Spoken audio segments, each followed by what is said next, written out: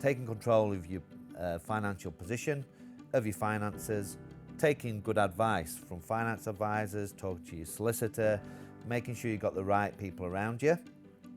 And that goal, not only do we need to plan for it today, but we need to be able to sit with you and say, well, look, in this world where it's constantly changing, what if things get worse? So we want to help you have a plan A and a plan B. We've got actually a buyer's guide, which anybody that's found this interesting, they can request a copy, and it kind of covers everything we've covered off today. But a final couple of questions before we wrap up.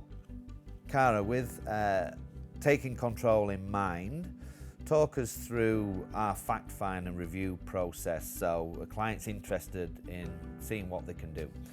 Just touch on that process of what we go through. So normally we get an inquiry from a customer saying, I'm looking at buying, let's just say my first home, which is very common. I don't know where I'm at, what I need to do. This, it's their first time. They're a bit clueless on the whole process. So we book them in to come and see us, and before they come and see us for their appointment, we ask that they complete what we call a fact find. So it's an online form, and it gives me their full statement of position and all their details that I need to assess where they're at. So when they come in and see me, I can see what deposit they've got, and as we've talked earlier, that gives us a whole range of options, so I can work out what options they've got around their deposit, and then we can look at what they can afford to borrow.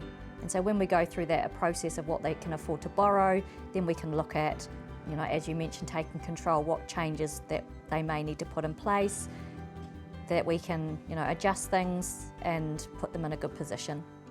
Yeah, and invariably, not everybody's quite ready today. So, and whilst that can be sometimes disappointing for clients that they're not quite ready today, I think that we always have a plan for them.